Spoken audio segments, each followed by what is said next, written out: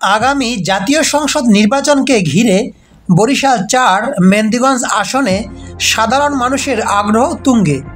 কে হবেন বিএনপির মনোনীত ধানের শীষের প্রতীকের প্রার্থী, এ নিয়ে চলছে নানা আলোচনা সমালোচনা। স্থানীয় পর্যবেক্ষণ ও বিশ্লেষণে দেখা গেছে, বিশেষ করে প্রবীণ বয়স্ক ভোটারদের পছন্দের তালিকায় রয়েছেন সাবেক এমপি ও বিএনপি নেতা মিসবাউদ্দিন ফরহাদ। দীর্ঘদিন ধরে তিনি মেহেন্দিগঞ্জ বিএনপির রাজনীতির সঙ্গে সক্রিয়ভাবে যুক্ত থেকে এলাকায় গণসংযোগ চালিয়ে যাচ্ছেন।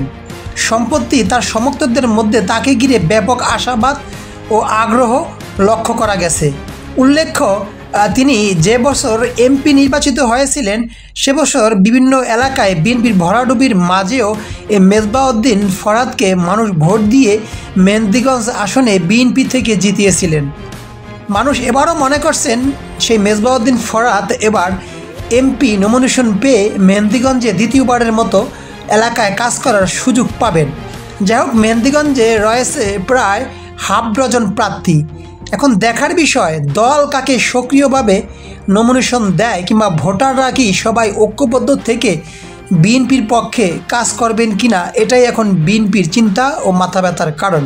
দর্শক, আপনি বরিশাল মেহেন্দিগঞ্জে প্রার্থী হিসেবে কাকে এগিয়ে রাখবেন কমেন্টে লিখে জানাবেন।